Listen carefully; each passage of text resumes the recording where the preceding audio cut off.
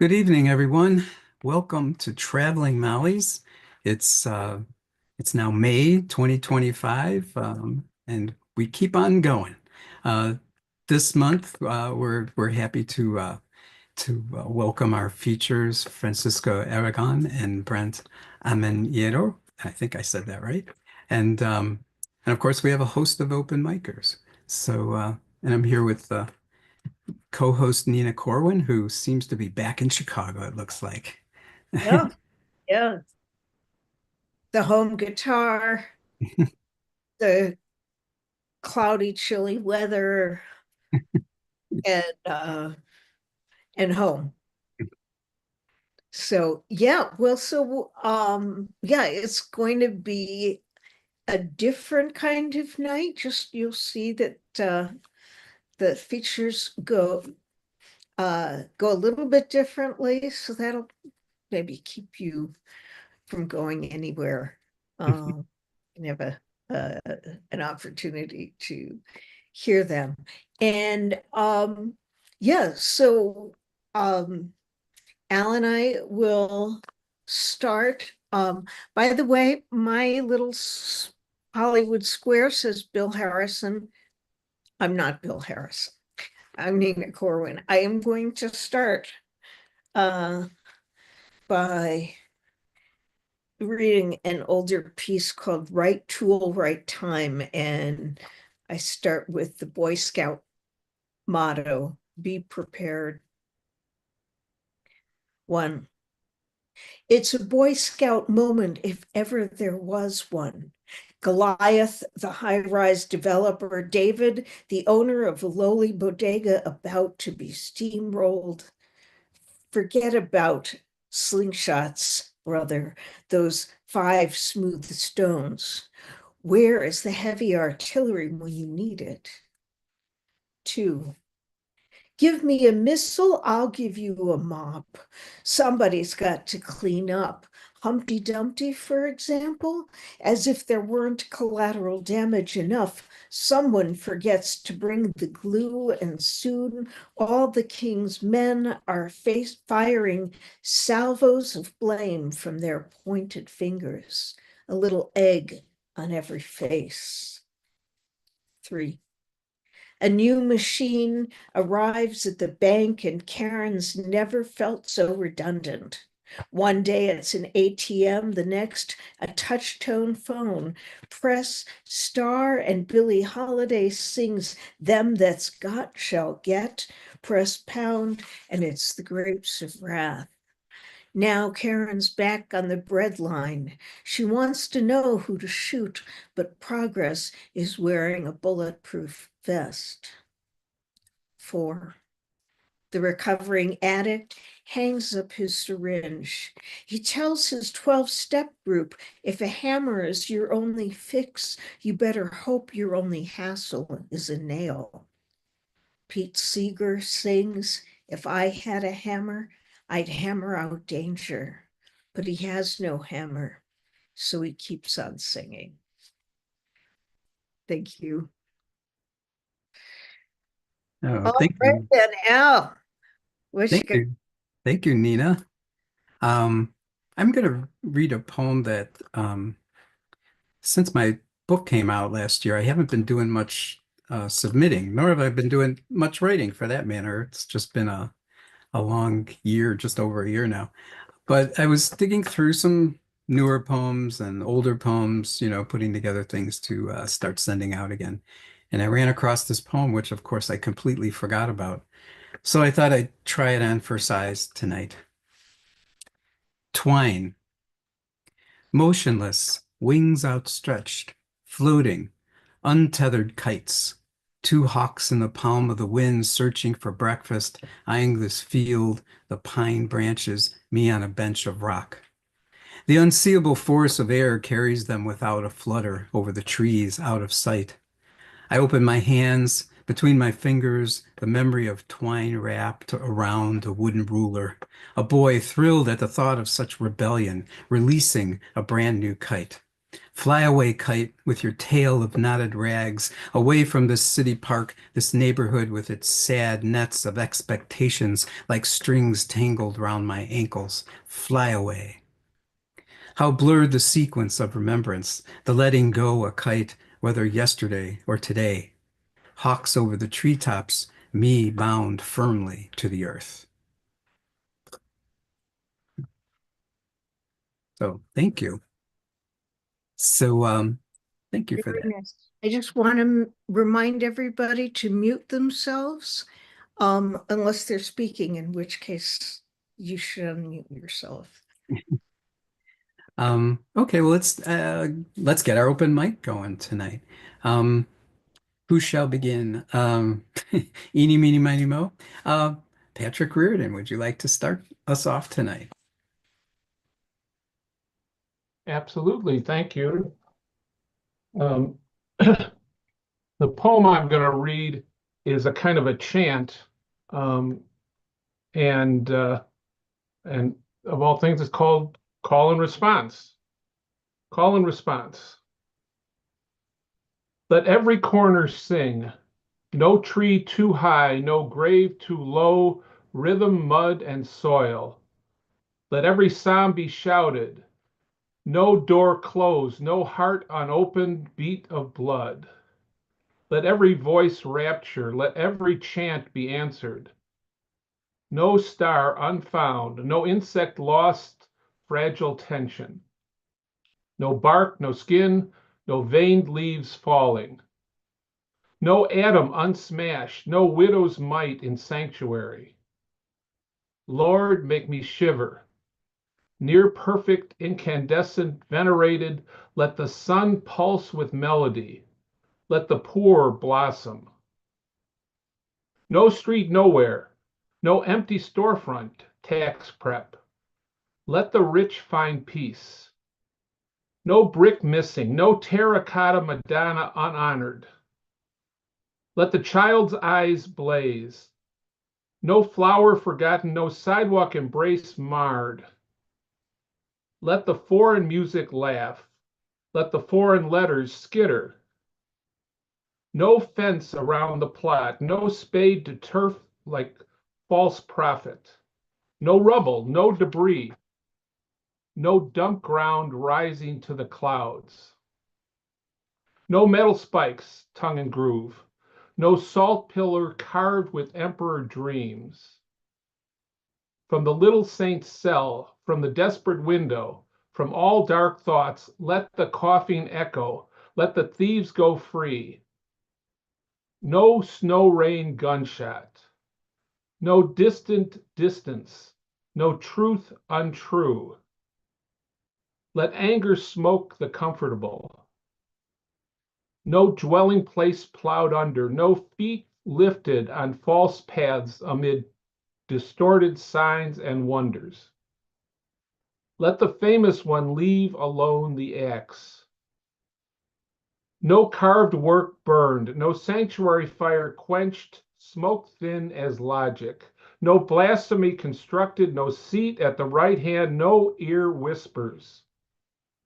Thunder in the morning, the roar of sewer rivers, let no other sound be heard. Let us destroy the taint. Let the sea divide like a proposition. Let the borders make music. No Leviathan on sale in pound packets. No river flowing with sun-dust pebbles. Let the fool preach like a turtle dove. Let the king heed the wide-ass fool. No soul wicked, no cruel darkness on the face of the deep. Let the cause be pleaded with songs of songs. Thank you.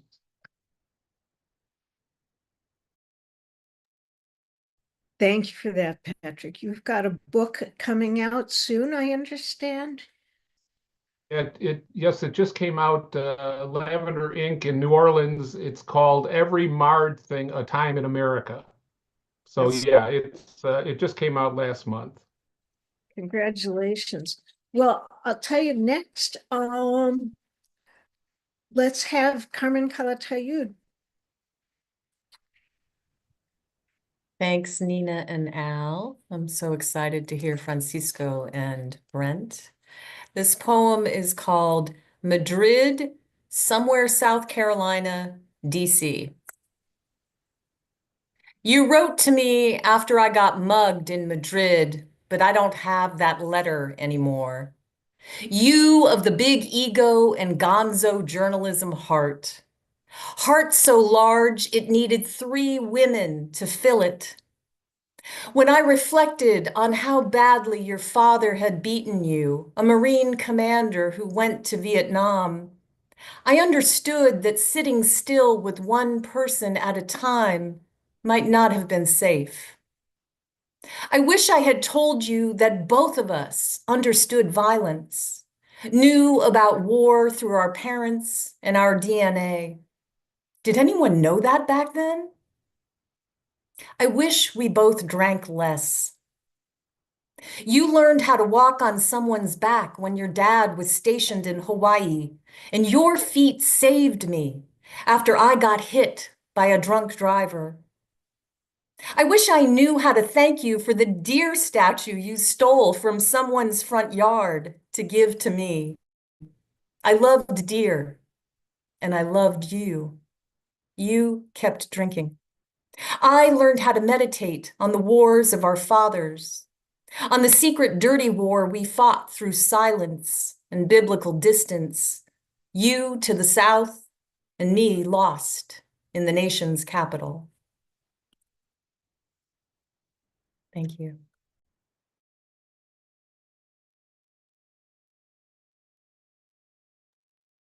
Thank you for that. Let's see who should go next. John Simmons, what do you got for us?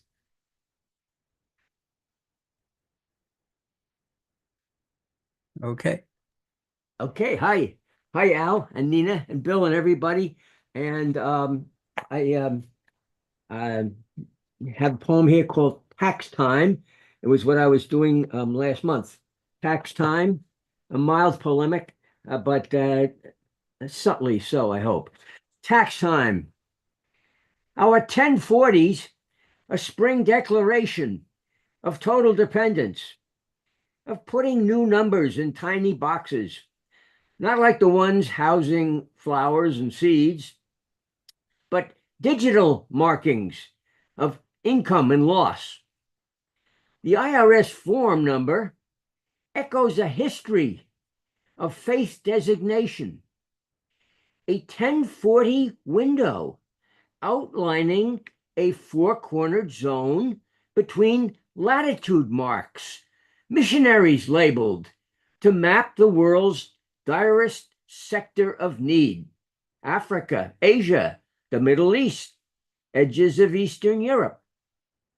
Has anything changed to disturb the irony I sense in filling the blanks of our own 1040 rectangular pact of belief?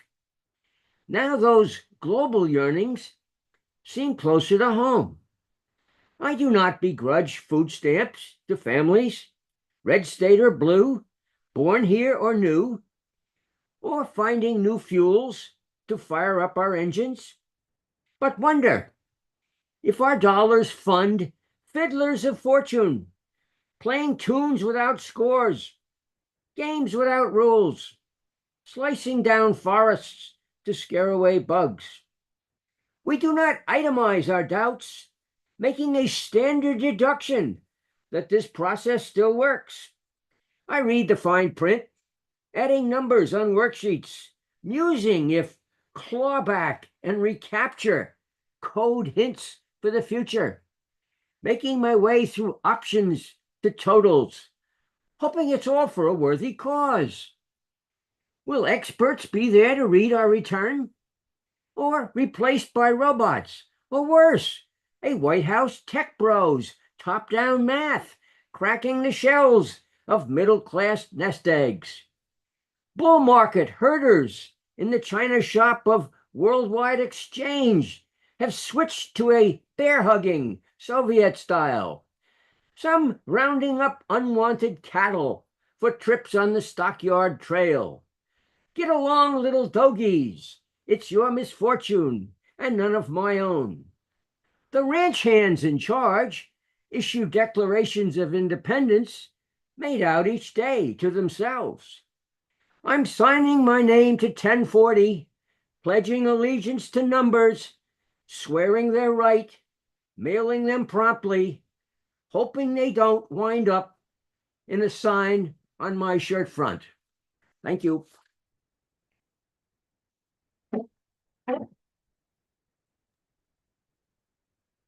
Well, tax time is hopefully over for at least most of us.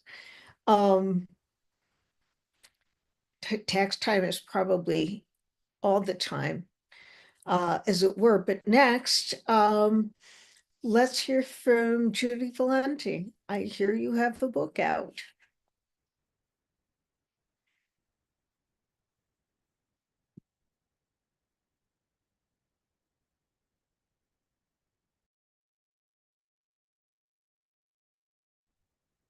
Judy, we're not hearing you.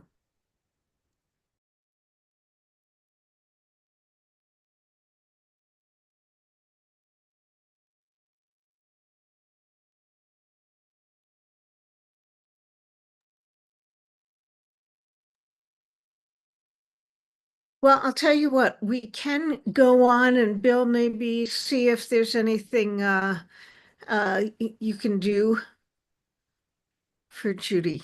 I'm So it I'm guessing it might be on Judy's end. So does let's look like that.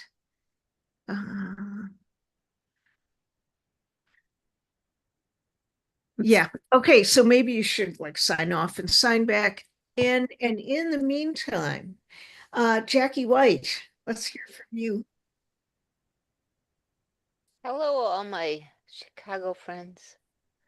Let's see. I gotta figure out how to do what I want to do. Just kind of close that down. There we go. All right, I'm gonna do 3 short poems.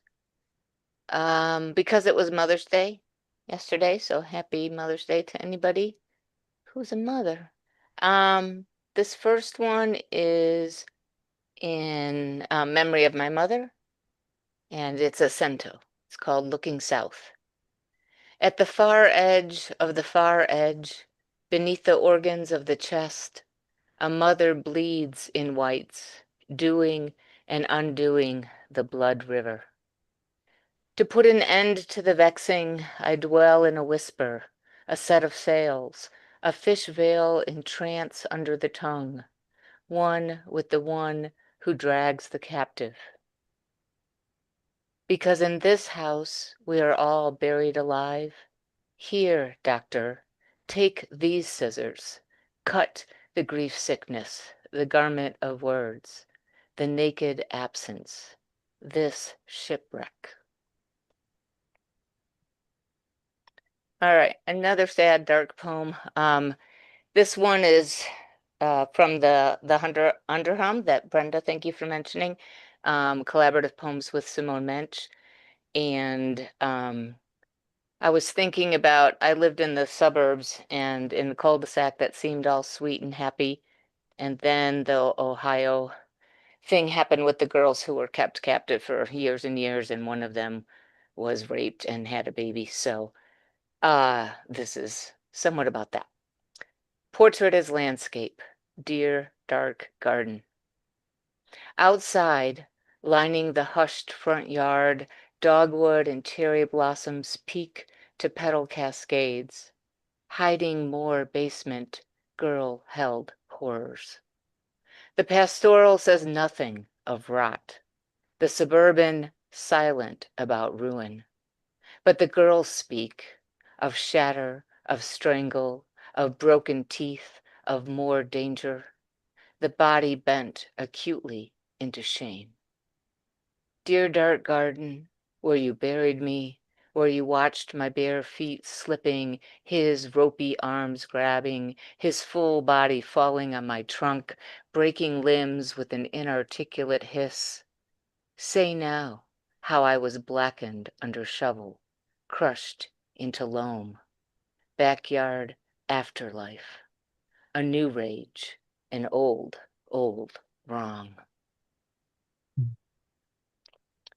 All right, and this next poem is from the new collection that Simone and I are working on that honors marginalized surrealist women poets and artists. And this is Xenia Kashafarov Cage Sends a Rebuttal. So she was the wife of John Cage. It's as if all that survives is his name, my enclosure of bars, the scattered sound of a smashed bottle. Lime becomes the color of my slushed anger. From the church confines of 5 daughters of a territory tethered to tundra, I spun wood, paper, and string into flight from the black trap of a family plot.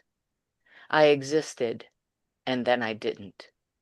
Effaced by history, I find myself in an iced Juno tomb where I bookbind my time, rumbling the netherworld with the percussion of tom-toms, cowboys, flower pots, with a downward glance that dismisses whoever's would-be yoke. It is possible to suspend sound the way the shadow of a hat smears against the wall. More likely, the redaction of eyes, Red Cross, a paint kiss. When the clay doll inverts herself, my suited form carries an umbrella out of the frame. Thanks. Thank you, Jackie. It's good to see you here. Good to see you guys. Um, Judy Valente, you want to try your mic out again? How's this, Al? Yeah, we can hear you. Okay, I had to change a setting there. Thank you. So Okay, actually, Judy has a couple new books out, but yeah, I was telling people earlier about our launch on Wednesday, but you can go on. it'll be a lot of fun. Hope to see some of you there, and it's nice to see everyone tonight. This is for anyone who is an insomniac, as I am. It's called Prayer for 3 a.m. Lord, save me from the darkness, from the black milk that brittles bones, withers flesh. Spare me the answers without questions that dart behind my eyes, a pack of frightened hares. Let the scent of night earth comfort me, along with the mycorrhiza, tangled as worms, speaking in tree root whispers. Give me sure steps on barefoot carpet. Let me read the braille of each wall, tread swiftly as a ghost. I need the stars to be my silver compass, the moon's silent watch, the outstretched hand of a porch light. Let the window shades rise, quiet each floorboard, and mute the wind. Let me listen to the music of my breath until the crows reawaken. Dawn cracks this black veil, and I, like a long laborer, rest. All right. I know Al likes forms, so I'm gonna read a huzzle. And as you know, the huzzle repeats the ending of the last word is a repeated word on the ending of the line of the stanza. So this is called Summer Huzzle.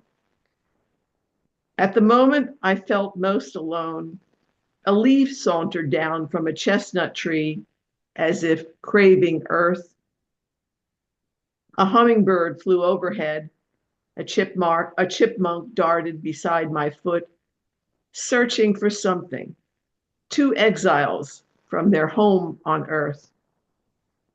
The hummingbird flaps its wings 720 times a minute, can fly 33 miles, even backward. No gravity can keep it on earth. My neighbor extracts her garden's dandelions, flowers that grow in even poisoned soil. Will likely still be here when the redwoods are no longer on this earth. A secret too beautiful for people to look at, the astronaut said, looking out from the space station 250 miles above the earth. The air is still. Ice caps melt at either pole, and oceans rise, extend each day by a fraction of a millisecond, enough to add a single day to my earthly life. In Romance languages, my name means valiant, but I am not brave. I am a timid pilgrim, content to amble upright and slowly on this small patch of earth. Thank you.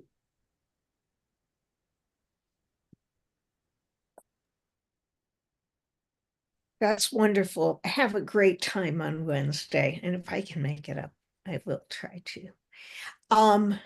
So next, how about Richard Nestor? And if you guys want to, Richard and Robbie Nestor come as a team or pair. Yeah, that's fine. Yes, Okay. that works. So you read one, then I read one. Well, I've only got one, so I'll be done. I'll be one and done.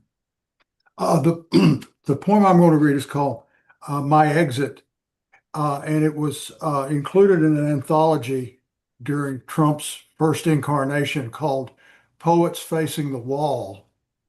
And Richard, you're kind of in and out, so if you want to oh well, let's see. We'll do the best we can. All right. Okay.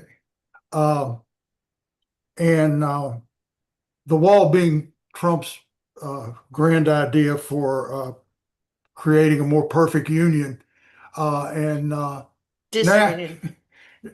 now considering mass deportations and such, the wall seems almost benign. Please build a wall, make it beautiful, and pay for it with Bitcoin or something, you know.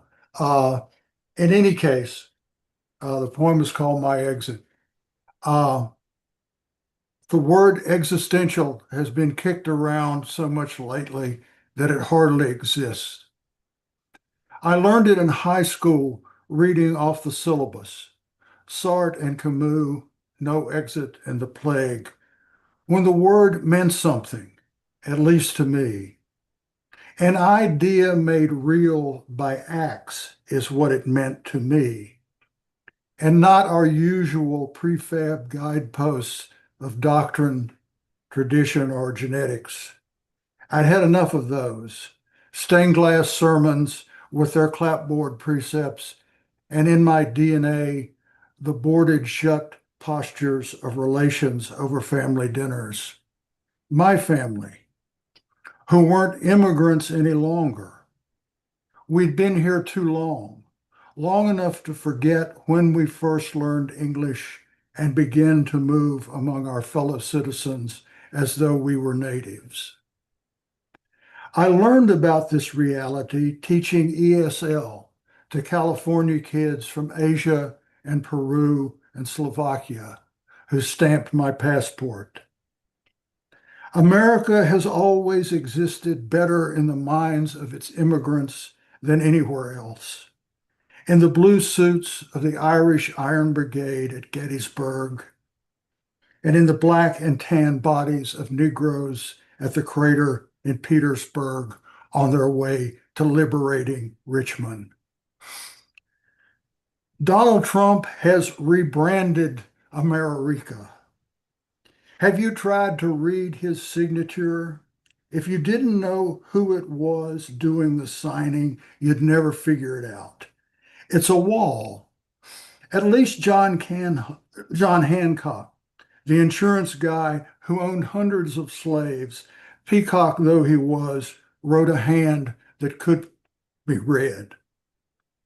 In nightmares, I dream that I'm a Democrat congressman forced to vote for the wall in order to get DACA.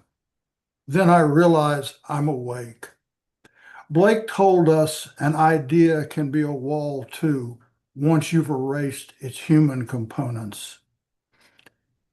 Existential was a part of something I could call myself, though not in public. Just me speaking to myself like an understanding friend, trusting it's too cool, but ever faithful feel, more real somehow than being a Methodist. Now it seems forever joined to the word threat. I'll leave the South for the last time when my father dies. His existential death, my exit. Thanks.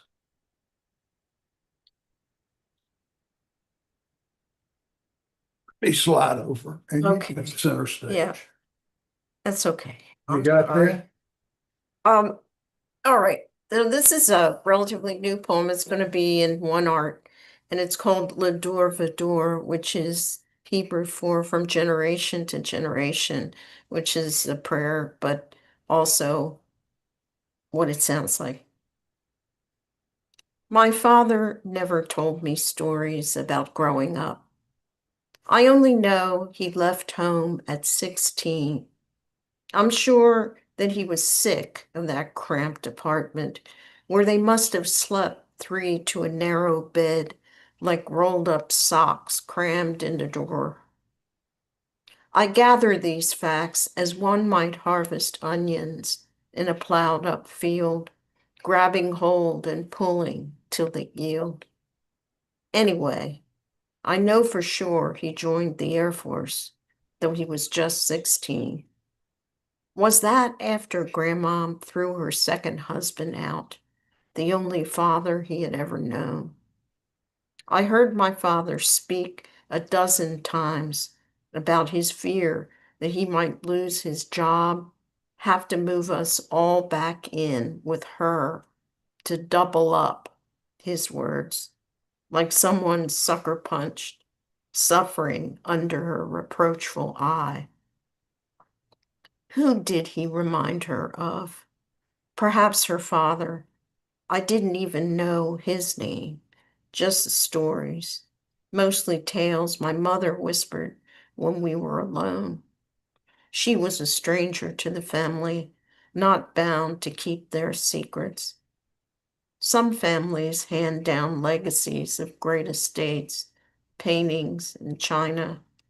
My father's family left only taut silence, old resentments, and the twisted chain of DNA.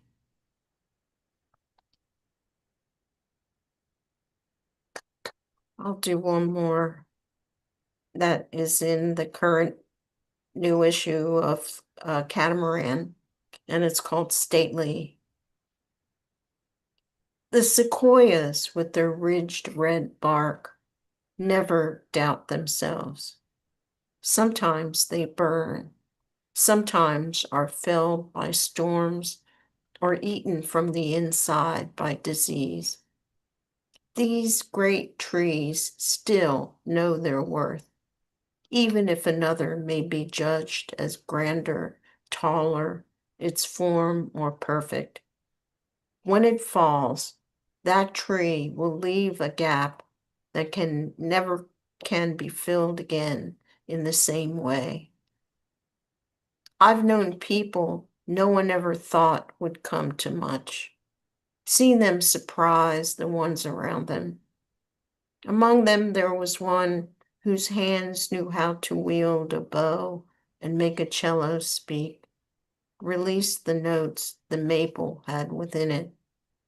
Another who could build a desk or house or prune a topiary hedge. I could learn from them. I put down my pen, seek the company of the baker at the farmer's market, who wakes before the sun to proof the dough. Who knows how much time it takes to bake the crust to cracked perfection. Thank you.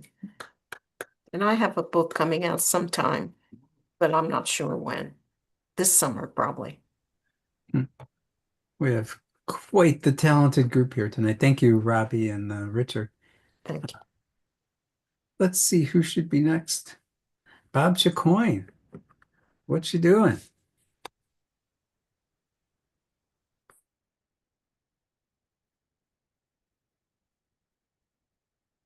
I think you're on mute, Bob.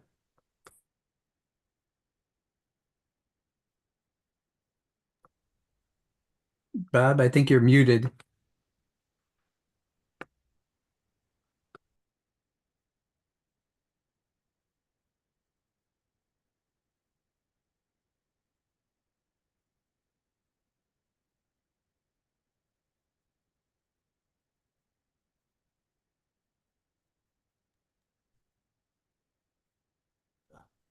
Is that working now? Yes, it is. Okay, sorry about that.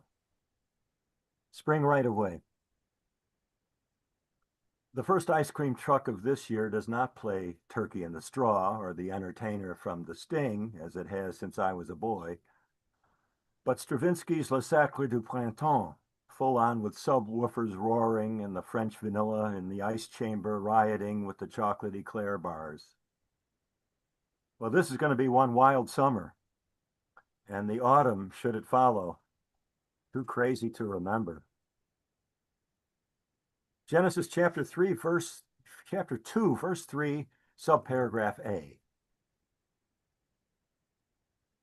On the night of the seventh day, God rested with Mrs. God, and when he saw that they had made what they had made, he beheld that it was good, and asked of her, was it good for you too? In the old drummer's home, no one says a word when the rain is falling. AFib. I wish I had an old flame named Louise or Luella or even Lucifer, so when my heart does skip, it might skip to my Lou. I would want my death rattle to be what the roaring passing train does to the window that I have forgotten to open on this first night of spring. Browning, OCD. If Orpheus had taken up the habit of counting his steps, he would have been too preoccupied to glance back, and so might have grown old with Eurydice, numbering each morning the ways he loved her. Music box. Crossing the street mid-block after leaving the movie house, we crossed the River Kwai, we crossed Monument Valley, we crossed the implacable jungle of Bogey and Aguirre. We crossed Delancey. We are crossing deep space to Jupiter. We are crossing Die Strasse for Harry Lime. By the time we make it to the curb where our car is parked, our lives will have been changed, as the movies always told us they would. For love, I will undeepen myself and become all surface for you to scratch.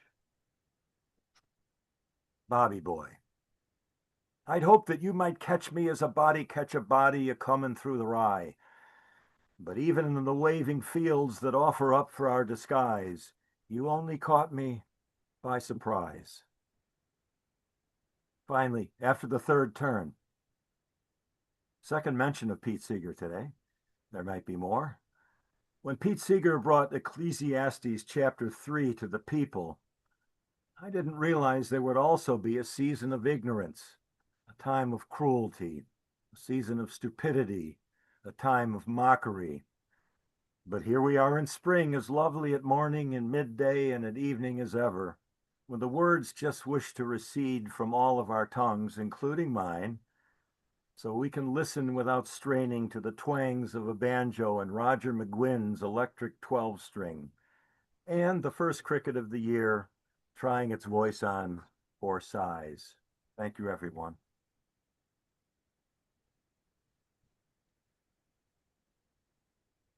Great to hear you, Bob. So in light of some of the little technical difficulties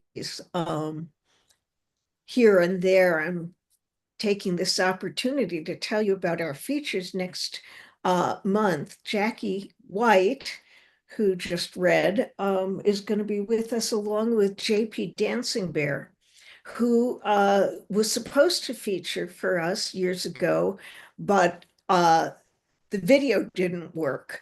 So we're going to bring him back and hopefully the video will work. So that'll be second Monday of June. And so far for July, we've got Brian Borland, who is the publisher, editor of Sibling Rivalry Press, who had been taking a break, and he is now both feet back in the world of poetry. Besides that, we like to pay our features.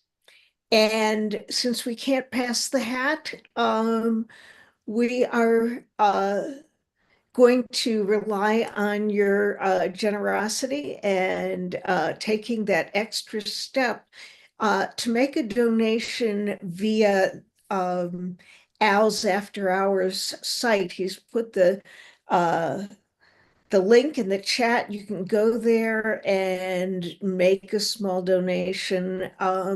We love it if you give $5. We love it better if you give more. But the other thing we hope you will do is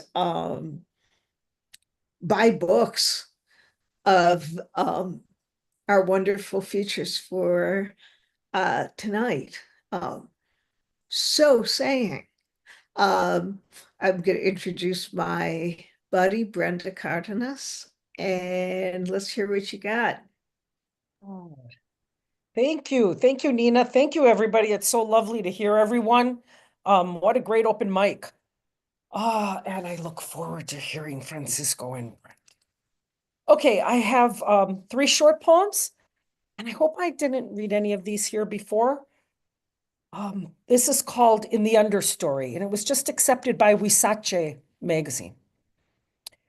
In the understory, acorn caps and scaly leaves, a lichen feast and buttery moss, the caraway seed fallen from a hiker's rye quiver with every step. What you wish to document is under the bridge where the blue-black mystic pulses. And no matter how carefully they dredge the creek, they will never find your friend. But the windshield will surface in the current's surge. Beneath the story, beneath the bridge, beneath the tooth's bed, nerve like a paper wasp in the brain, you steady the dowsing rod that searches not for water, but for that feckless beast eating your tongue as if it were rare meat. Beneath the grammar is a fork in the sentence that turns toward unrest. Don't tell. It barely had a pulse, but the trees fed it unfiltered oxygen, and now it breathes. And this, thanks. This is called Memoir. And it's a Chicago poem because it's based on something that happened there when I was living there. Memoir. Once my footloose friend was riding her bicycle downtown, scarf fluttering like a tiny kite in her wake as she followed a voice she knew was mine, pulsing through a bullhorn, all firestorm and quake. Hell hath no fury like a teacher stripped of her health insurance. Once I felt a glass building shake as my 2 palms among hundreds slammed its walls, business busting immigrants into shards to ship in a box. I was a messy crone, even in my youth, eyes rolling a 360 like a doll's, trying to see everywhere at once. But isn't that what it is to be a citizen? A kitchen door, a camera. Now smoking guns still smoldering in my head, I bring blankets, water, a young friend shaking her lion's mane into a roar as she glissades into the crowd, a film of all our heroes behind her eyes. This is my legacy, teeth ground down to cracking, a tool hanging from my keyring to cut the razor wire holding us back. And the last poem I wrote for one of my very, very dearest friend of 45 years who's suffering right now with a very aggressive cancer.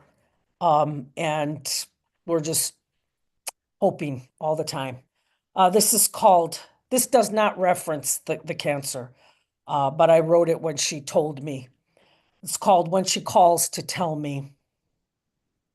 Her ringtone on my phone is the sound of crickets chirping at dusk in an early autumn meadow because I picture her standing in the tall grass of the family farm that was no longer a farm by the time she was born, but a forever field with a muddy drive that took at least 3 football fields to ascend to the house like a mouth with missing teeth greeting us.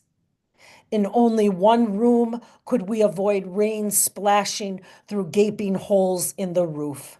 And it was there we percolated coffee and future poems, roasted marshmallows on the wood-burning stove, fell asleep in our sweatshirts on cots to the sound of mice, a family, pinging kettle lids and tinkling silverware. When the little hairs on my neck stood up at the thought of them climbing on my cot, tails brushing my cheek, I listened instead to the low flames crackling in the stove, to the slow, steady stream of her breath, to her crickets singing. Thank you.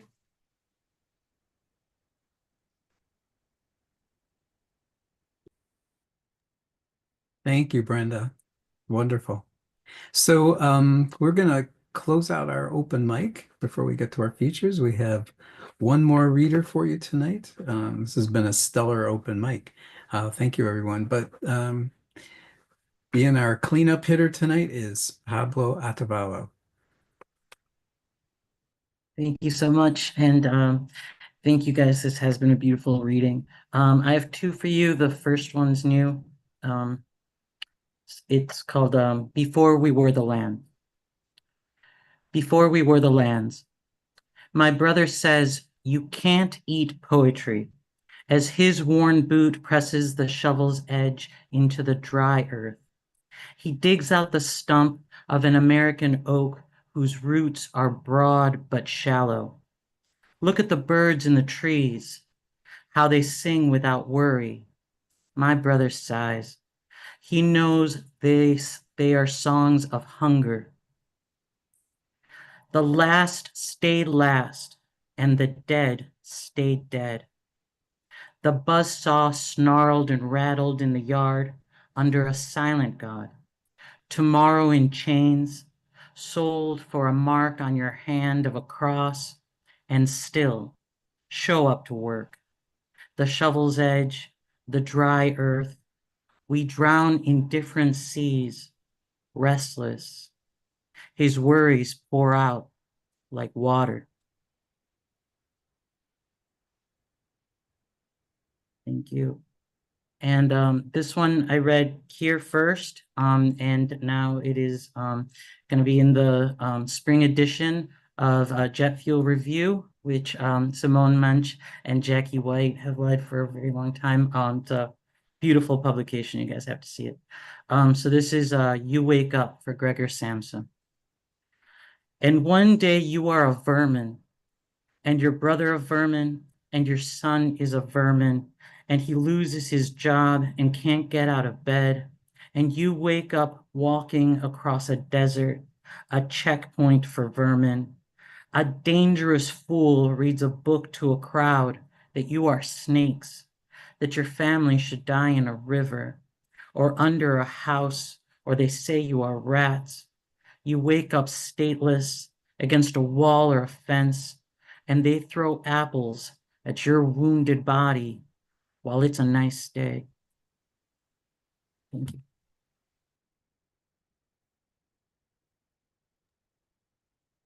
Well, that's a wonderful way to wrap up the open mic. Thanks, Pablo. And we're gonna shift gears. Before we do that, Al, I just want to check and see, is there anything else you'd like to? To announce, well, I guess just let everyone know that the Mary Blinn Prize, which is hosted by After Hours Magazine that I publish, we're accepting submissions right now for the Mary Blinn Prize. This year's judge is Mike Pewican, and the submissions period is through June 15th, so you still have some time. I know every poet thinks they're going to write their greatest poem tomorrow, but get your submissions in. That would be great. So that's all. That's what I got. Okay, so Al has put the link to make donations in the chat, and also do we have links to where people can get books by Brent and Francisco? Yeah, they're in the chat. Way up at the beginning of the chat, there's a couple links in there already. So buy books. And after this, you'll know why you should. I'm going to actually read both bios before we start, because this feature is going to be somewhat of a point counterpoint. And we're going to do some going back and forth. So we've got Brent Ameneyro, who's the author of the collection A Face Out of Clay from the Center for Literary Publishing, just came out, and the chapbook Puebla on Ghost City Press. His book poetry has been published in Alaska Quarterly, the Iowa Review, Ninth Letter, the Journal, some really great places. He was the 2022-23 Letras Latinas Poetry Coalition Fellow at the University of Notre Dame. He currently serves as an associate at Letras Latinas and as the poetry editor for the Los Angeles Review. Nice journal, good journal. And then Francisco Aragon is the son of Nicaraguan immigrants. His books include After Ruben, Glow of Our Sweat, and Puerta de Sol. He also edited The Wind Shifts, New Latino Poetry in 2007. His book of translations, Handbook of Foams, by Spanish poet Gerardo Diego, is forthcoming in 2026 in the UK. His work has appeared in over 20 anthologies, most recently in Latino Poetry, the Library of America anthology. He's read at universities, bookstores, all kinds. I'm hesitating, pausing to say Francisco has been everywhere and done so much, and as much or more for other poets than for himself.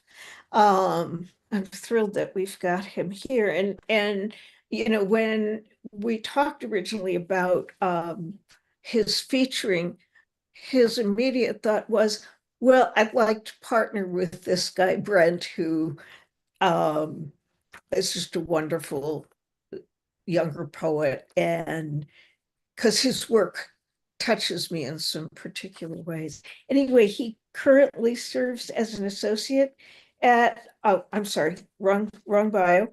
A native San Franciscans, he's on the faculty of University of Notre Dame's Institute for Latino Studies, where he directs Letras Latinas. And so go for it, guys. Great. Thank you.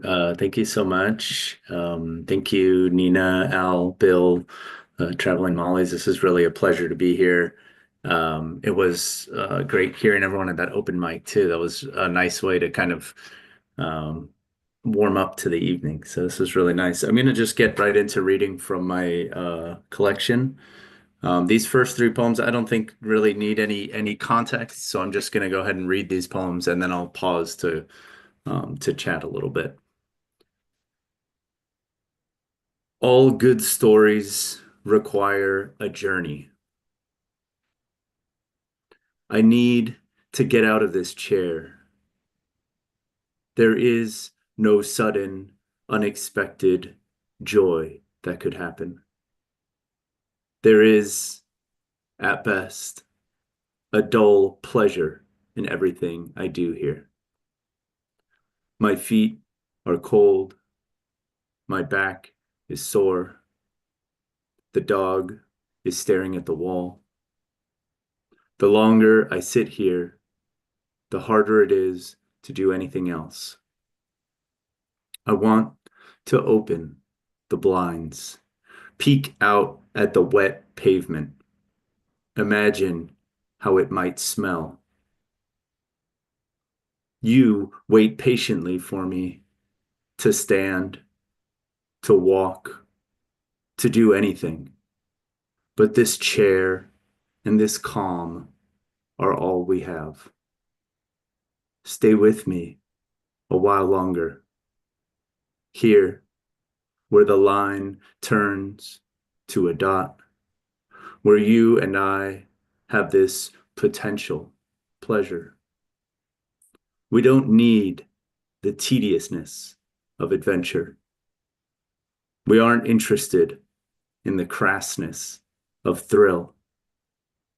Still, like a lake in the early morning, gentle breathing, stay.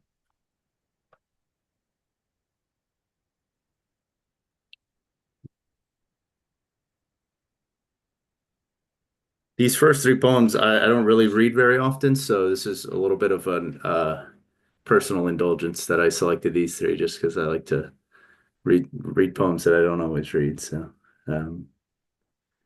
this poem is called "To the Guy Who Dressed a Mannequin and Propped It Up in the Passenger Seat to Use the Carpool Lane."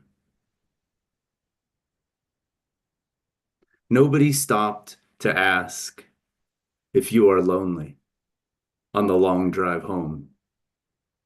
You are so calm, so still, as you look beyond everyone, past the illusion of daylight.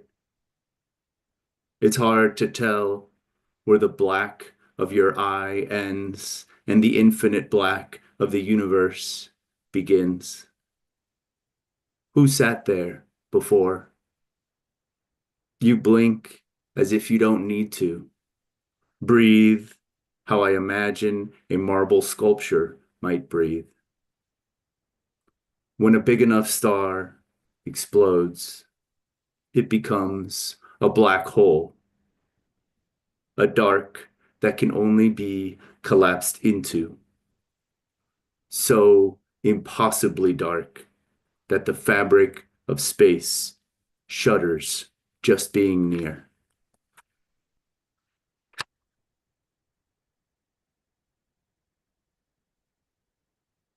All right, this is called Outside the Observable Universe. Some say there's nothing there. Others say there's more of the same. If they were to travel there, past all the cold, empty space, where there are no asteroid belts or glowing stars, they'd find a garden where nature no longer consumes itself, outside the observable universe. There are no mosquitoes or snails or coyotes. All they'd find out there would be rolling hills with a few well-manicured shrubs. They'd come across something or someone that looks or feels just like them, like how they'd always pictured themselves in their dreams. They'd feel the grass between their toes and smell the blooming rosemary. They'd spend hours lying down, looking up at the clouds, imagining they're taking the shape of their favorite memories.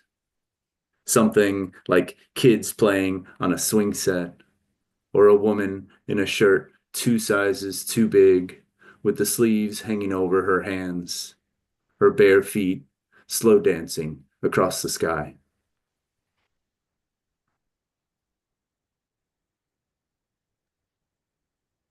Right. These next poems are closer to the heart of the collection, which is started as poems that I was writing toward memories of my childhood, particularly the years that my family spent living in Puebla. And so that's kind of where like the kind of the core, the nucleus, I guess, of the collection started. And then it kind of swirled out from there, obviously, into some more exploratory, metaphysical, surreal, and different other elements. But these poems now are kind of going to come down to those a little bit more into those memories. This poem is called "The Return," and it's about when I went back to Puebla as an adult. I like the way the paint peels off the ceiling at Semitas, Las Poblanitas, full, satisfying sheets drooping down, and the way the guitarist laments with his frail voice as he walks behind us while we shop for shirts with blue skulls and the city's name to prove we were, in fact, here. I can never figure out what that lady's yelling. Something about nieve and limon, or what the kids are imagining as they run with a wooden cross in their hands like a toy airplane. No, gracias. No quiero cacahuates. No quiero chapulines or chocolate. I don't mind tripping on the uneven stone sidewalk. It helps me see.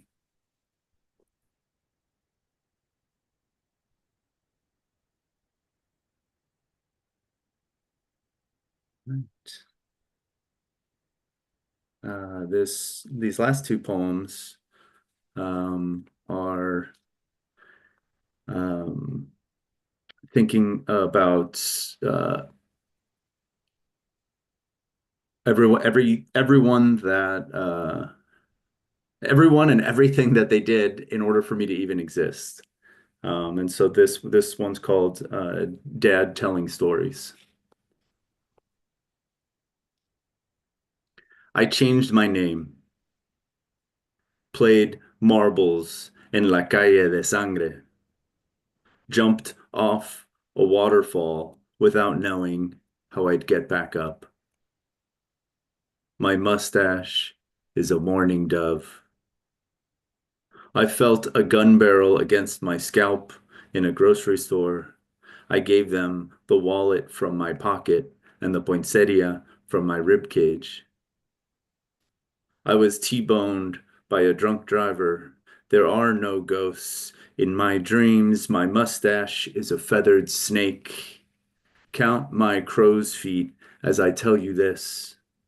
I am a paper boat floating down a river.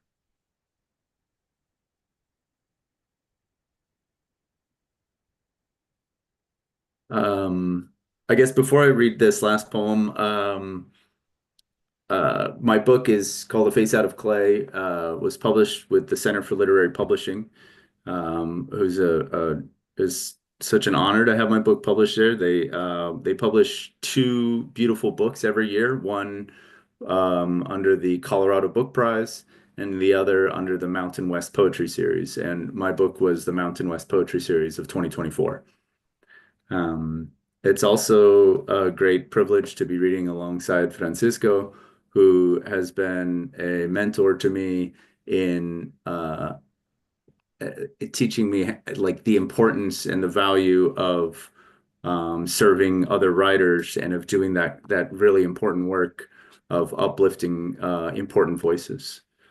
So it's really special to be sharing this evening here with Francisco. And thank you again, Traveling Mollies, for hosting this. After I read this poem, Francisco will read a series of poems in response. I believe he's going to kind of contextualize this a little bit more. And then after his reading, we're going to do a couple poems kind of back and forth in conversation. So anyway, this last poem that I'm reading for this set here is called To My Ancestors. We've grown about 4 inches over the last 150 years. I thought you'd like to know. We've made these weapons that could end all life. Sorry. We carry candlelight in our pockets. Well, I can't explain it all, but there's a sense the end is near. My friend, may I call you that? The salt of the earth. I want to know the things you feared. I want to know if anything has changed. Have we always been such simple water creatures, grabbing anything in reach, scared the sun will suck us into the sky? My father doesn't like to talk about what's gone. That's why I hide you under my tongue. Thank you.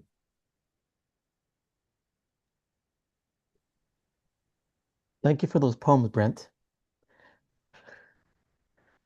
So I'm going to read in response to Brent's set 2 poems. The first one, perhaps responding more directly to his poem, Dad Telling Stories. In other words, Brent's poem is in the voice of his father. I'm thinking a dramatic monologue. So this first piece I'm going to read is a dramatic monologue in the voice of my father. And let me just say before I start, I want to thank Al and Nina for this invitation and for all of you for being here. And I want to echo what Brent says. It's great to be reading with all the open micers and also with him as well. So my piece is called Academia Escolar, and the subtitle is Managua, the 40s. And it's my father speaking. Her look could undo not the most soothing thing I could say. The day they said we'd be let out early, a bubbly mood spread among us as we planned the afternoon. Impromptu stickball, that dusty lot. The academy's front gate clicked shut behind us when someone saw her behind a car, arms folded across her chest. I had no reason to, but that unexpected sight made me flinch. An 8-year-old child, frightened. Think about it. A boy, afraid of his mother. Before I read the next piece, I just want to point out there was something that I was struck by something that Robbie Nestor said in her poem. I jotted down some families pass down legacies. So I think there's something going on there with that poem. I asked Brent to show me the set he was going to read. And so it was an experiment. I was reading through his poems thinking, how am I going to respond? And I decided for this next piece that this piece is sort of responding to some things that fragments of language that I captured in his set. It's a poem I don't read very often. It's actually a translation, a version of Rubén Darío. It's Rubén Darío's riff on a very popular myth involving Saint Francis of Assisi. It's that Saint Francis myth where he tames the wolf of Gubbio. There's this wolf that's terrorizing the countryside. And in St. Francis's myth, it ends happily. But Rubén Darío had other ideas. He decides to end the poem differently, perhaps showing more sympathy towards the wolf. And I also think it's a poem that is also current for the moment we're living through now. The Man and the Wolf. His heart, the texture of a rose. His tongue, a swath of sky. His manner, delicate, now chatting with what many call a beast. The look in the eyes, rabid, black. On the skirts of the village, devoured sheep and shepherd alike. Men skilled with iron were routed, fangs shredded hunting dogs like baby lamb.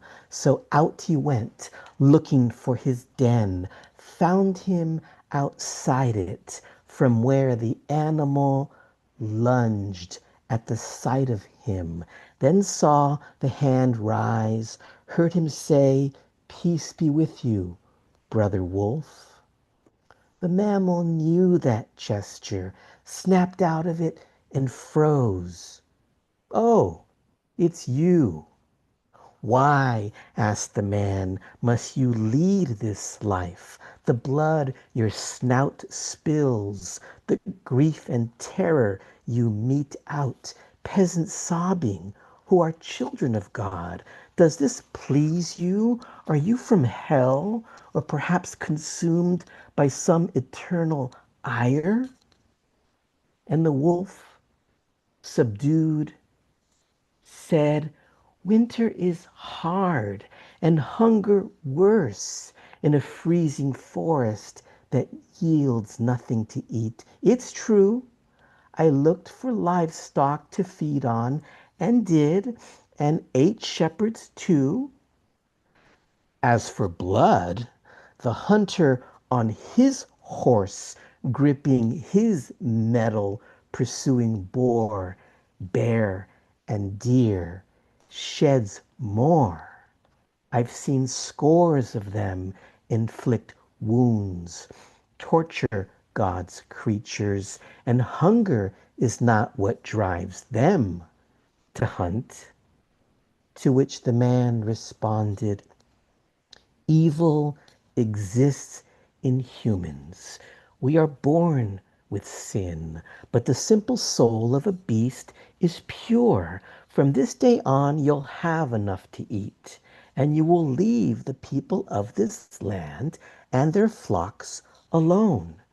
May God appease that side of you." Okay, it's a deal. As a gesture of faith, extend your paw. Let's shake on it. The wolf did as asked and lifted his foot. The man wrapped his fingers around it, gently squeezed. They headed for the village. People could hardly believe their eyes.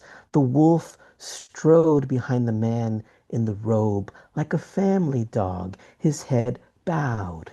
Every man, woman, and child came closer until the whole village had gathered in the plaza where the man began to speak. "Let me introduce a new neighbor," he said, pointing to the wolf with an open hand. Fear him not. He is our enemy no more. In return, I'm going to ask that each of us do our part and feed him. He is, after all, a creature of God. The village responded as one. So be it. The wolf raised his head in acknowledgement, moving his tail from side to side. Disappeared through the gates of the convent, the man ahead of him. For a time, the wolf was at peace in that place. His ears would fill with psalms, his eyes with tears. He learned how to move with grace, to play pranks in the kitchen. When the man whispered his prayers, the wolf would pass his tongue across his sandals.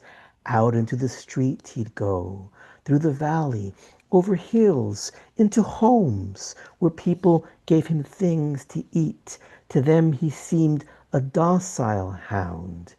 And then the man had to leave for a time. The sweet wolf, the good and gentle wolf, vanished and went back into the hills. The howling began again. Once more, people were filled with fear, villages nearby with dread. Weapons and valor were useless, the rage never letting up, as if something burned, smoldered inside the beast. The day the man returned, villagers sought him out, wept their complaints about the suffering inflicted. That infamous creature was at it again. A shadow passed over the man's face. He headed for the hills to track him down, that butcher of a wolf. He found him at his cave. In the name of the Father who sees it all, what have you got to say for yourself? As if in pain, the animal spoke, his mouth foaming, his eyes nearly swollen shut. Don't come any closer. Peace and calm were my masters these days. Even with you gone, I visited the village.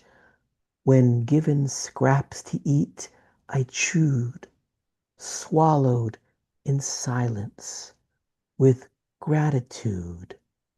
But I began to see in many homes how people treat each other.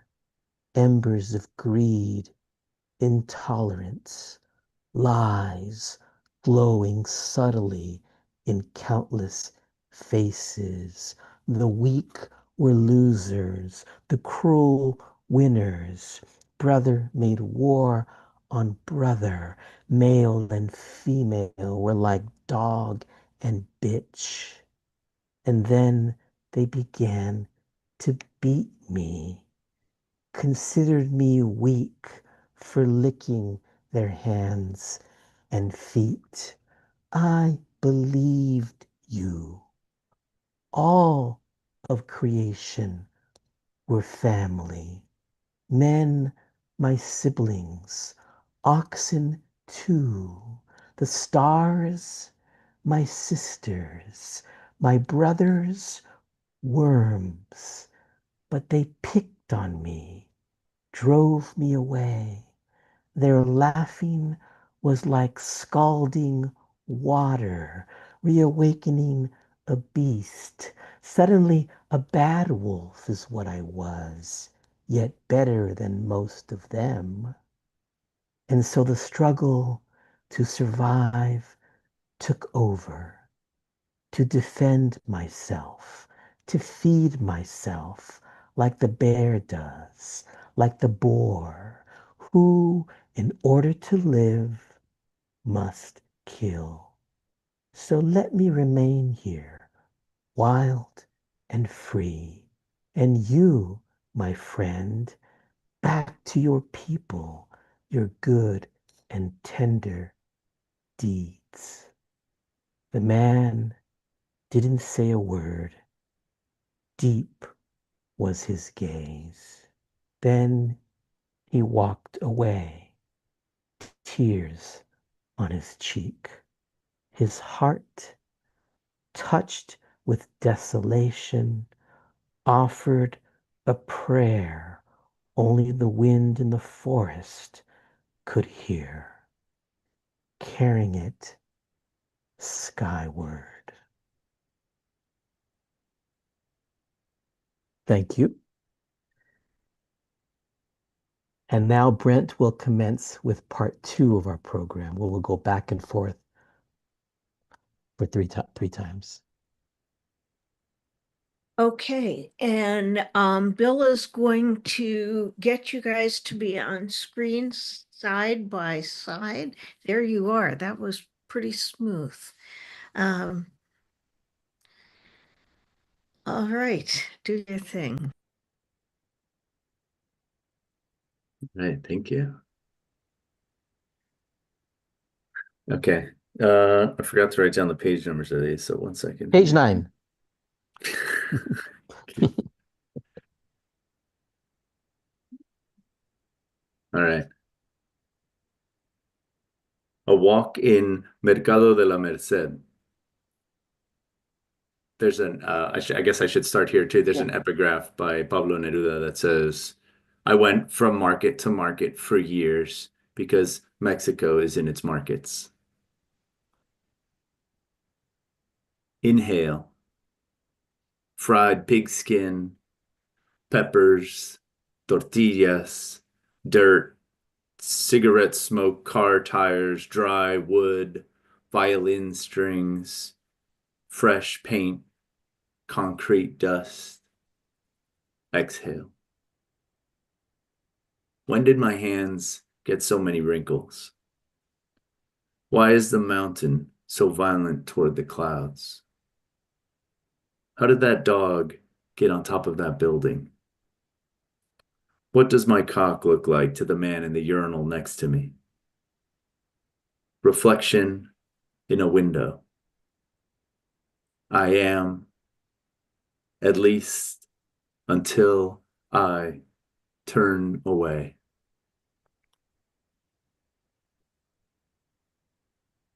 So Brent's 3-part poem inspired me to read this 2-part poem, which is titled After Fragments of Juan Felipe Herrera. Hands, small, brown, like your father's. Cradle the timepiece he gave you, your eyes looking down at it, your feet half in, half out, the Pacific, your shorts cutoffs, frayed, your t-shirt white, like the one he wears in the photograph, Marlon Brando in A Streetcar Named Desire. You half laugh a little, lips slightly parted. If only you could talk into the wee hours, that time you visited 20 years ago. Instead, you mumble to yourself, your legs fatigued, blemished. You hadn't noticed. Phantom days, phantom nights, and now pretending to run along this shore. Esta orilla. You have arrived by chance, recreating him in this poem. Eyes.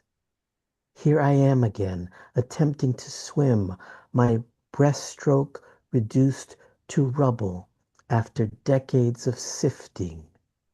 The years. I hadn't noticed how flabby my arms had become, giggling in the moonlight, a distant memory. Summer nights we sneaked out down to that corner of the beach no one spoke of openly, side by side, we would laugh and laugh and lick, giving new meaning to a phrase, slip of the tongue. And no buttons to undo, no shirts to strain to see through, the rags of our clothes in a heap back at the cabin. Instead, the wet sand films our arms, our hands, our legs as we cross easily the sea of our gaze.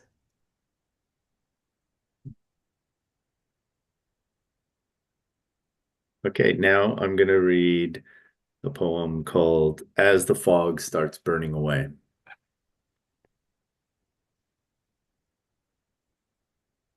Three things. I've never been to a funeral. A man is his own prophet in the morning. A door floats above an endless horizon. But I have walked through hospice halls. I have stood at the edge of a cliff.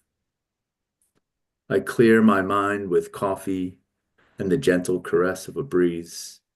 At the ocean, a seagull and a helicopter disappear. Everything is in harmony, or there is no such thing as harmony. At the ocean, and there's a hole in the sky. I don't want to think about the people I love dying. The best time of day is just as the fog starts burning away. A door floats above an endless horizon. I don't ever want to go to a funeral. At the ocean, we all turn to children. A group of migrants sewed their mouths shut at the border because their voices fell through a hole in the sky. It's been said we know less about the ocean than all the cosmos. The shoreline is a border, the moon, a dictator, and I don't want to think about the creatures lurking thousands of meters below the surface. We laughed in the living room while Maite patiently died in her room. We took turns talking to her alone because she had one foot over the border, and we thought maybe God could hear us through her. Take care of her. Let her have peace. Don't take her. Not yet. I love you. Come to think of it, I've been to several funerals, but the memories went through a door that floats above an endless darkness. Staring at the coffee grounds at the bottom of my mug, pretending to understand taxiography, I see my face, two countries, and a bright emptiness surrounding everything.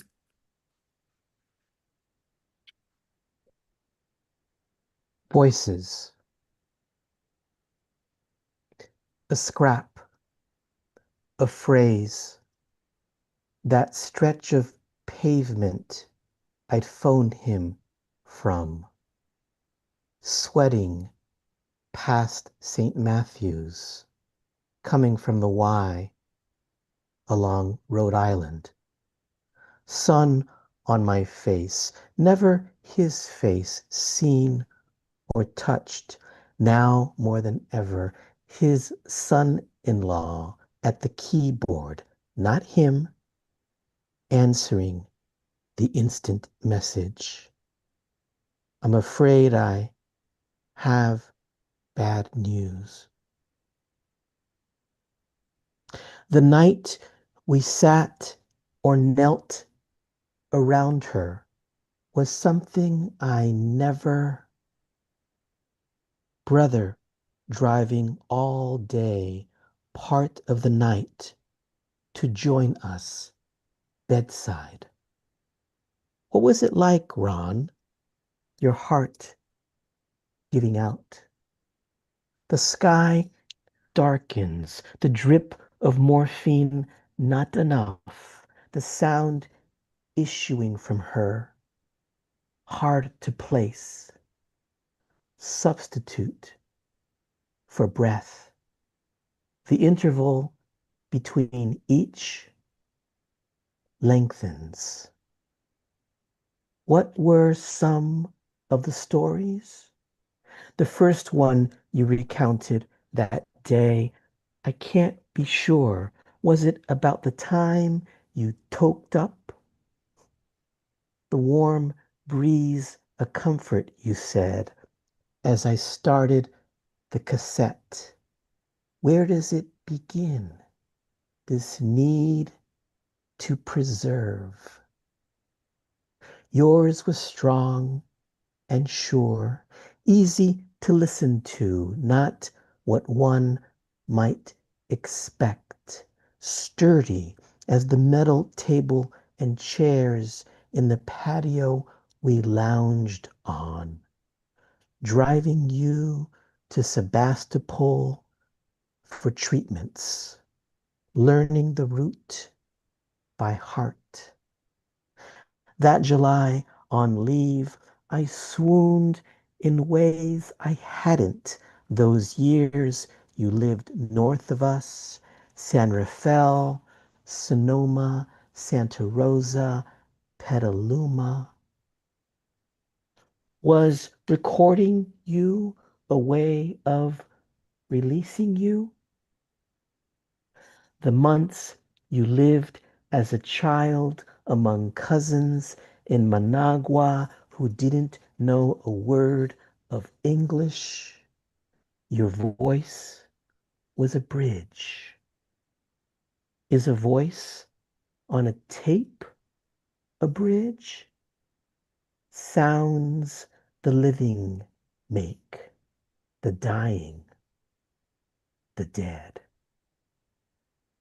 For Maria Aragon, 1956, 2004. And for our last pairing, Brent will begin and he'll explain what we're doing.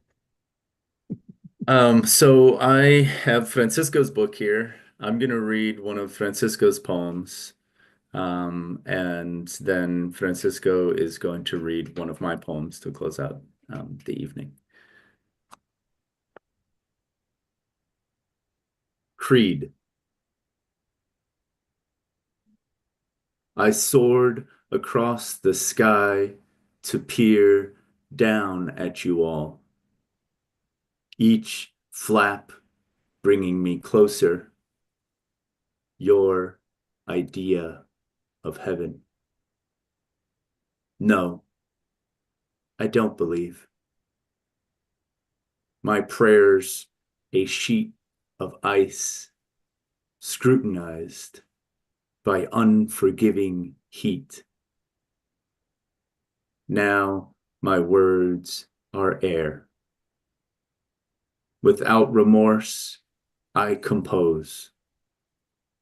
Hold you inside me. Saints are sliced in four. I sing the rhythm of their days. Spirit endures, soft as a kiss, calling us to chorus, to convene, antepasados en el desierto, to swallow what they teach. And this poem was for Carmen Calatayud.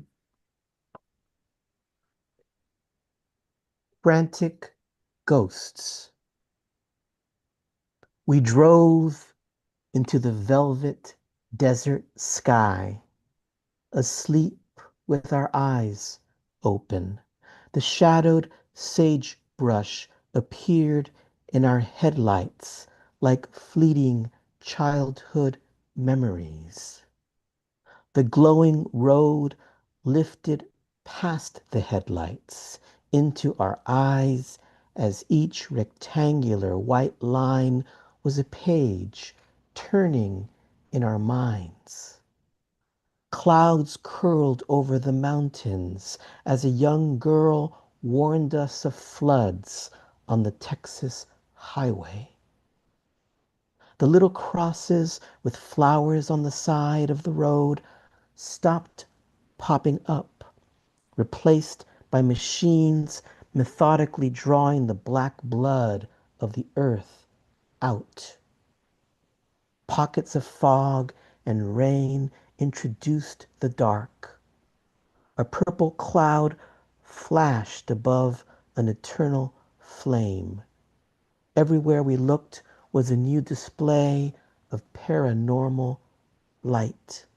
The longer we drove under the starless sky, as hundreds of miles of not yet tumbling tumbleweeds turned into city lights, the more we forgot about the mundane daylight, the monotonous routines of everyone in the disappearing cities. One day, this will all return to desert, and all the frantic ghosts vibrating in the oleander, turning branches into bones and leaves into flesh, might finally find peace. Thank you. Thank you, Francisco. That was beautiful. That was beautiful, both of you. Bill's going to add me to the screen so we can all talk. And I can't wait. I know what I want to ask you and what I want to learn. But before we do that, I want to tell everyone in the audience, if you want to buy books, the links are in the chat.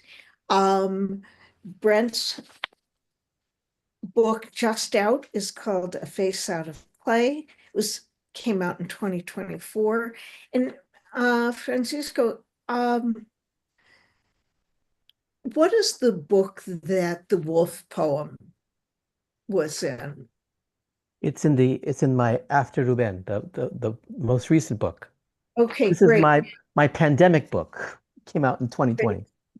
All right. So some people were writing during that time. So let's move into our conversation. I want to start, Francisco, with the question, what did you see in Brent's work that made you want to do this collaboration with him? Well, I think in the last several years, I've been very interested just in general in the phenomena of conversation between the arts. And so more than what I saw in Brent's work, it was an experiment, really. As I was reading through, Brent very graciously invited me to take part in his book launch at Beyond Baroque last July of last year. And when I was preparing to participate in his book launch, I was reading through his poems. And as I was reading through them, I began thinking of poems of my own that I can respond to. So my brief intervention at his book launch, I read for like 5 minutes. I tried this out. I read a poem of Brent's and then I read a poem of my own. So I did it. I think I maybe did it twice. And I thought I'd love to do this a little bit more, a more longer version of this. In terms of our final twist at the end, where I asked Brent to read my poem and then I read his poem, it just so happens that those two poems were the final poems in both our collections. Creed was the last poem of my book. Frantic Ghost was the last poem of his book. And I thought there was this serendipitous synergy between our respective final poems. But the other thing that informed that gesture was that I was very fortunate when I was an undergrad at UC Berkeley many years ago. My former teacher, Robert Pinsky, had something to say that has stayed with me 40 years later. and that is that he believes, and I've come to believe this myself, that a poem is not a fully realized work of art until it is uttered aloud by someone other than the author. So I wanted to try that with Brent tonight as well, to have him read a poem of mine and my read a poem of his. And what informs that, when I was an undergrad in Berkeley, one of the greatest poetry readings I ever attended was given by Robert Pinsky and Frank Bedart. And the entire night, neither of them read each other's poems. They read each other's poems. Robert read Frank's poems and Frank read Robert's poems. And that experience stayed with me all these years. Wouldn't it be great to get them in here to do that thing again? But this was, I mean, that kind of conversation, and hopefully I'll have you conversing about this project. And so my question for you, Brent, was how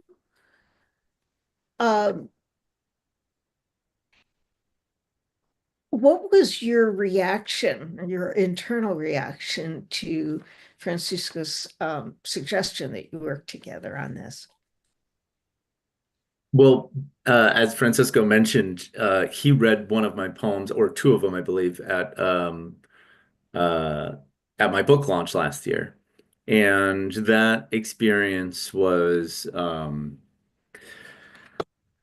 it it also made me believe that same statement of feeling like your art comes to life, or at least it comes to life in a different way when uttered aloud by someone else, and and it is a special feeling to hear your own work read by someone else, and even more so read by someone that you admire, both as an artist and as a literary citizen.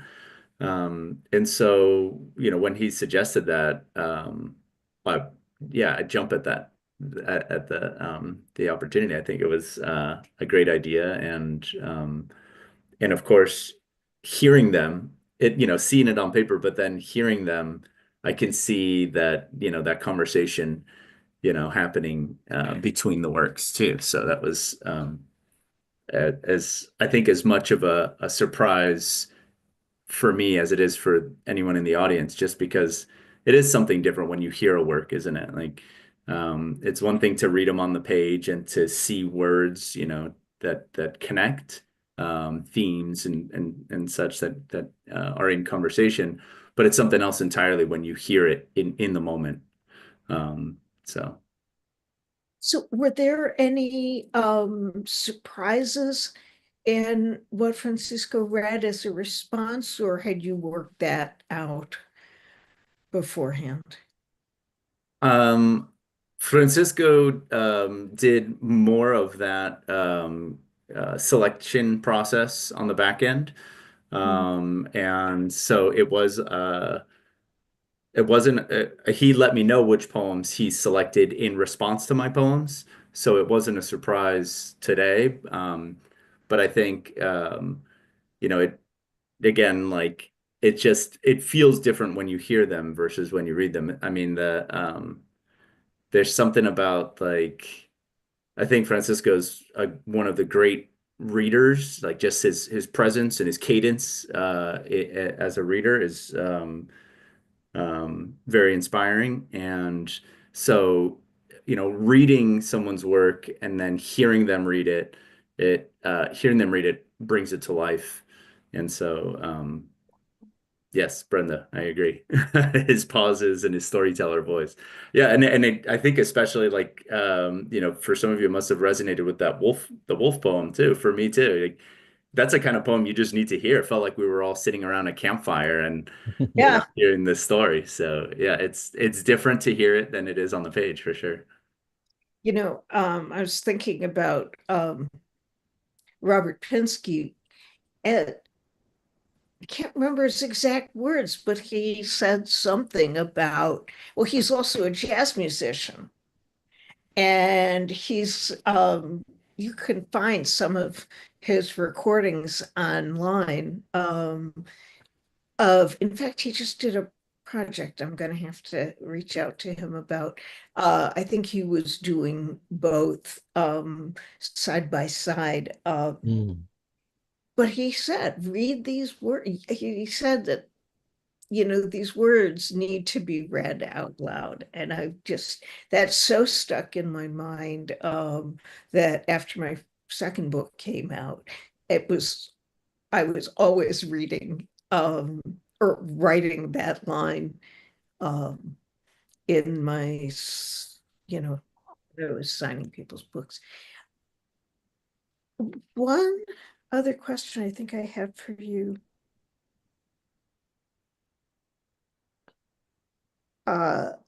Let's see, did you already answer that? So what were some of your reactions to how Francisco's chosen poems, the ones he chose, responded to your own? Well, I think he saw things that I don't think I would have noticed those same connections. I mean, I've spent a significant amount of time with his work, and prior to this, and so returning to them now, and reading these again, leading up to this event, and then hearing you read them, it I didn't see those same connections until Francisco pointed them out, and then seeing them, it really did seem like, very serendipitous that these little moments were there, and it did seem like a very intentional conversation. Mm-hmm. I mean, one of the things maybe this comment might be relevant. One of the things I tell my students when we're reading poems, I say, you are bringing your life experience and your backgrounds to these works of art. And these works of art are passing through your particular lens, the lens of you, of who you are. And so I'm not surprised that Brent perhaps didn't see those connections. But as I was reading his poems, I was bringing, when the second poem that he read that has that little passage of Maite basically on her deathbed. As I was reading that poem of Brent's, I immediately thought about my sister's passing in 2004. One thing I also want to add, because I never tire of telling, in addition to Robert Pinsky's statement back in the 80s, when I was a grad student at UC Davis in the late 90s, early 2000s, I had the privilege of studying with Gary Snyder, and he had this wonderful collaboration with a group of musicians from his town in which they rehearsed months on end, and he would read his long poem, Rivers and Mountains Without End, with his musicians playing in the background. But I heard a version of that, an excerpted version of that performance at the Sacramento Poetry Center. But what really stuck out to me is he emphasized this was not something just thrown together where you have a poet reading their poems with someone in the background playing. They rehearsed months on end the entire performance. And I remember I was really struck by how intentional that collaboration was. And it was really inspiring to experience the result. Mm-hmm. To experience the result. I've done a lot of work with musicians, and one that I've worked with, we've kind of talked through what we wanted to do, but we still did it with a certain improvisation, but we did practice it and whatever. So that's at least one form of collaboration between music and poetry. But there are other collaborations where, and it's not, also with, say, music and art, Brenda where, could speak to that. right? Yes, of course. And Sonido Inquieto, and the thing that the thing that just happened was it Carnegie Hall? Where actually that musician, that composer, he took your poem and just had his way with it, right? And the poet doesn't have a say. The person who takes it and is going to create with it, just as you guys were saying, um, uh, But I loved I loved the way he had with it. Whatever I, I felt like he was inside my soul. it was what I've heard of it was really gorgeous. But that thing of once you um give your poem away, as it were, you're at the mercy of the person who takes it. And I think sometimes it works better than others. This time tonight, it worked really well. It just worked beautifully. I'm thinking particularly of that uh, second back and forth poem in this second half where Mhm. Brett, you're talking about, I hope I never have to, I never have to go to a funeral, or I don't, and um and then your response, Francisco, is like all this kind of going through the dying process with your sister together. Yeah. Uh, that really was a striking relationship between Mhm. between the two. What were some of your other thoughts about the collaboration process between uh, the two of you? And do you have any inspirations based on this experience of what you might want to do the next time with some other poet or musician? I would like to try. I mean, as Brent mentioned, I basically was just reading through all his work, thinking about what poems I could just read to respond to them. I'd love to have the inverse, have someone read through my book and see what they might, let them take the lead and how they might respond. I will say that, when I told Brent, send me the 10 minutes you're going to read, send me your 10-minute set, I wasn't sure what because I didn't know what he was going to choose. And I was surprised.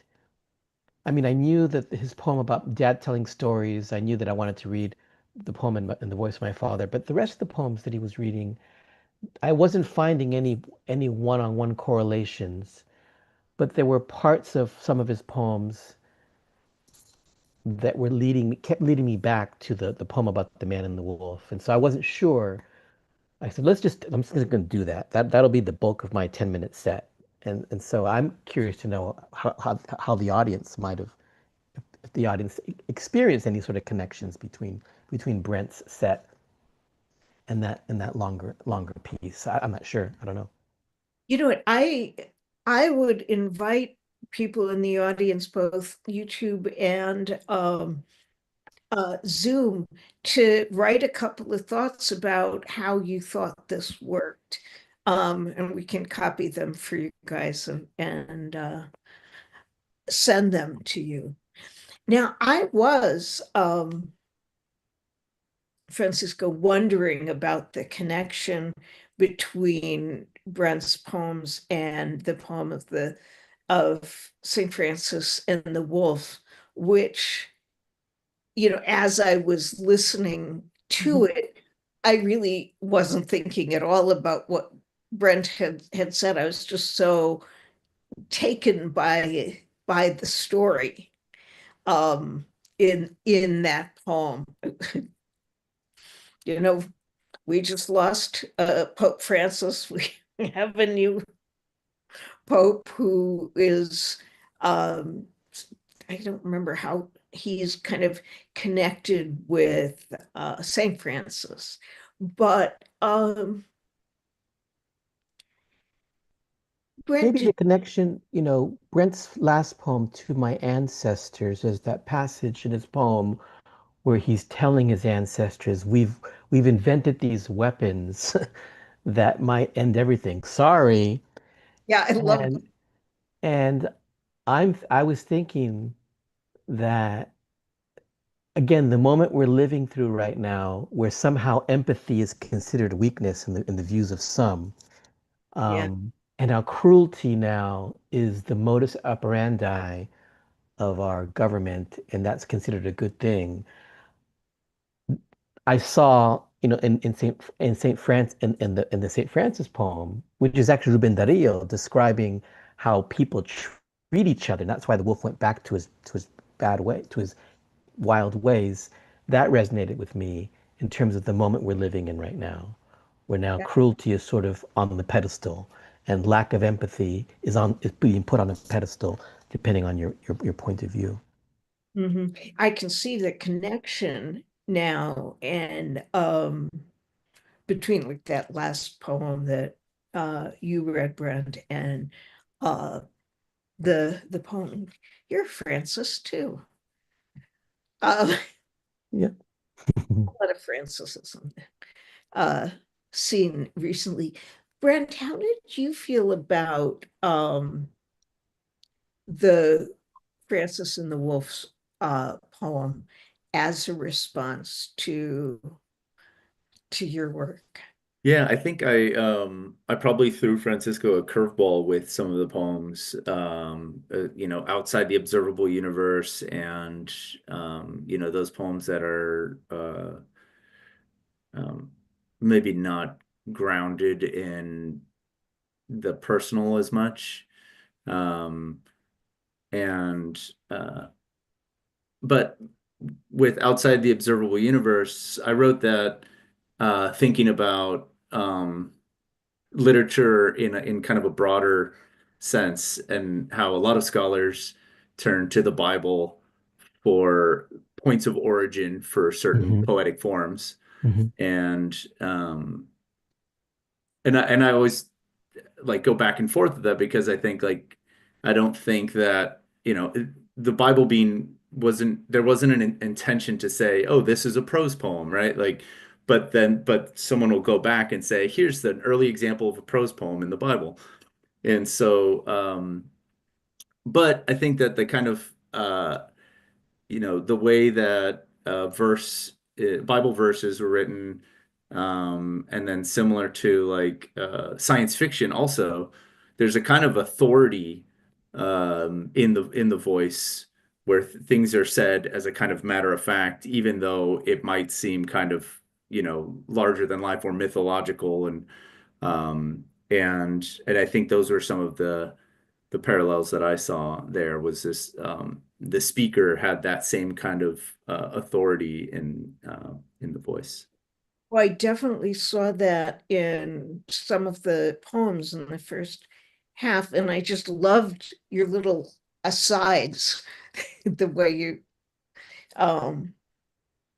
I hope I'll get a chance to read more of that. It is time to wrap up, and it's 8:59, and so I was going to ask you each to say something very brief. Well, why don't we? We might run over a minute or two, but uh, any thoughts before we wrap up?